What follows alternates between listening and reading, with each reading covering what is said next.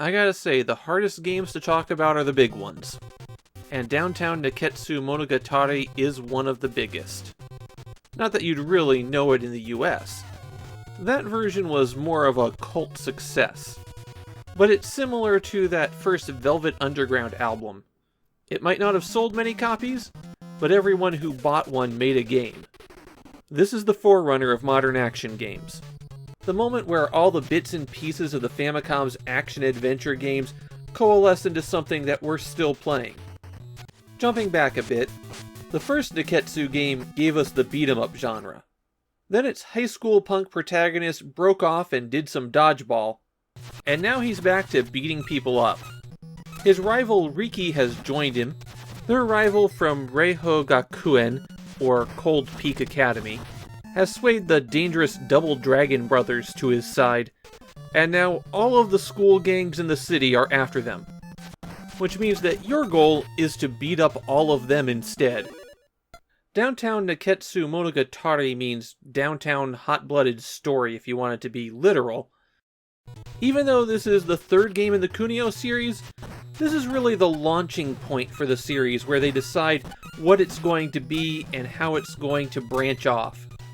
At first glance, Downtown Nekketsu Monogatari is just another beat-em-up. The A button punches, the B button kicks, and pressing both buttons together jumps. But then you beat up your first thug, and he drops money. You can hit select to rotate between your life bar and your cash total, and you need to keep track of your cash. After you slowly work your way to the right and make it to the end of the street, you have to take a side path, and that's where you'll discover another new thing. You can double back.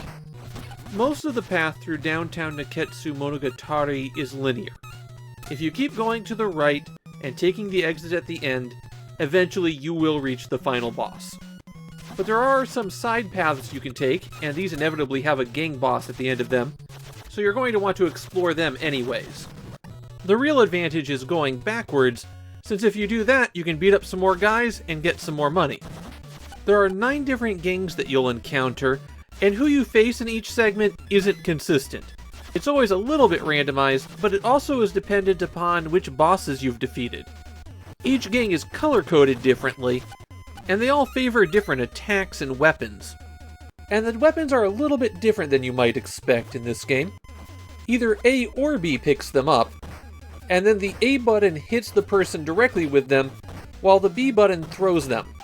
So you could pick up a big bulky trash can and slam it over somebody's head, or you could grab a pair of brass knuckles and then throw them in somebody's face. Your enemies can also throw weapons at you, but you can hit them out of the air. One fun thing about the enemies is that they'll talk to you as you're fighting them, and a lot of them have varied lines depending on if they're getting beaten up by Kunio or Riki. As you move further into the game, you'll encounter shopping districts where there's no one to fight, but you can go into the stores. In restaurants, you can buy food that'll let you recover health, and some of the food goes into your inventory where you can use it later. There's also something special about getting food. It can boost your stats. Different food raises different abilities, so getting something to eat is always good. The thing that really elevates Downtown Nekketsu Monogatari is also in the shopping districts, and that's the bookstores.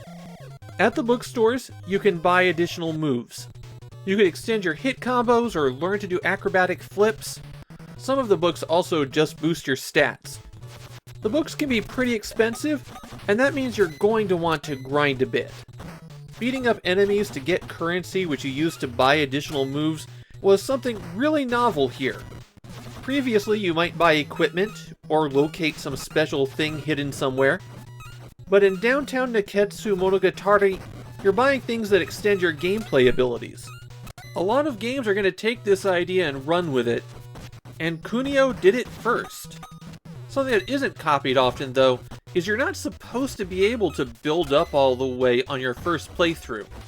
There's 3 difficulty levels in the game, and you can switch between them at any time by hitting Start and going to the options. So you're supposed to be playing on easy, building up your skills and abilities, then play through again on an increased difficulty level. There's a password system, but it doesn't save your progress through the game, it saves your character. When you enter your password, you go back to the start of the game, but you have all of your improved stats, the special techniques that you've purchased, and the cash you've saved up. You don't even have to write down the password. You can save your character to an ASCII turbo file. The start menu is also where you go to use the items in your inventory and check out how strong you've gotten. Downtown Nekketsu Monogatari may be a revolutionary game that a lot of people are going to copy, but it's not flawless. You have to get right up to the edge of the screen for it to scroll, and so you can get attacked by enemies long before you're ready for them. The life bar also seems to do that trick where your last point of life is actually as long as the rest of your life bar.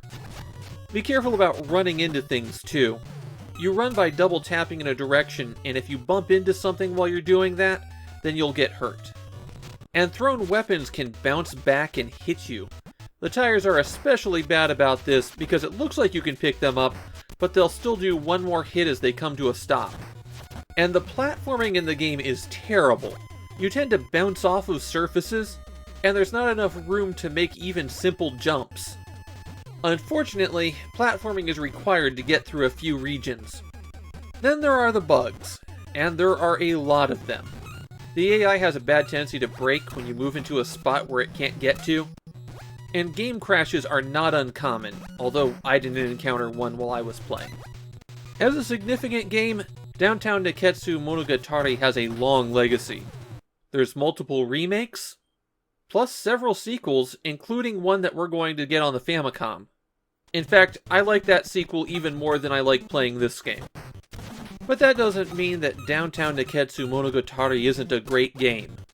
The beat-em-up action is just about the best that you can find on the Famicom, only really matched by other Kunio games that use the same engine. And just being fun enough to play through multiple times building up your character is great. This one's a classic for a reason, and it's no wonder that people just started clamoring for more Kunio games.